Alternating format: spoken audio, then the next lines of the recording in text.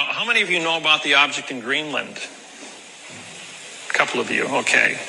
Well, for those of you that don't know, there is a spacecraft that has melted out of the ice in Greenland. As you know, the North Pole has melted completely. You can go from London to Moscow or to Russia by going over the North Pole now.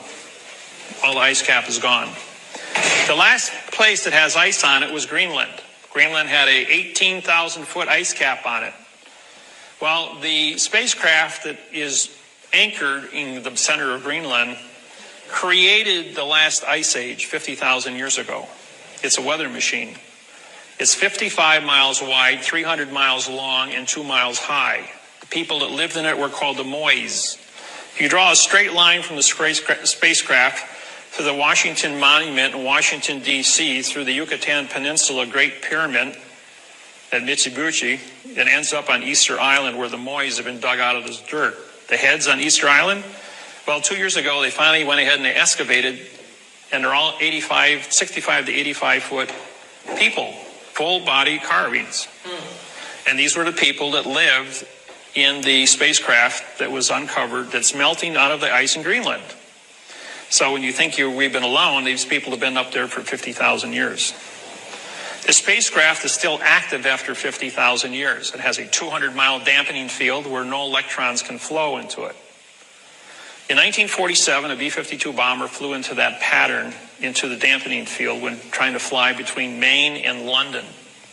As a result of that, they lost power and crashed in Greenland.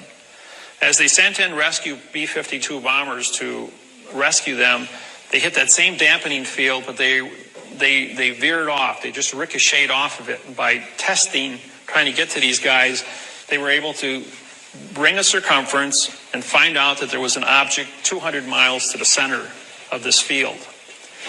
On the southwest corner of Greenland, there is a small community. It's the only community on the island of Greenland.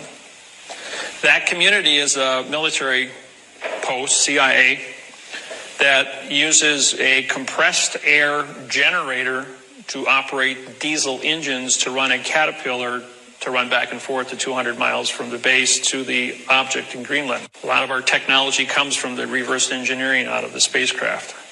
It is still functional and is still in operation.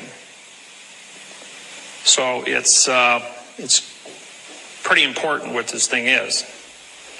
All the nations worldwide are up there with the United Nations, and they're all acting, working together.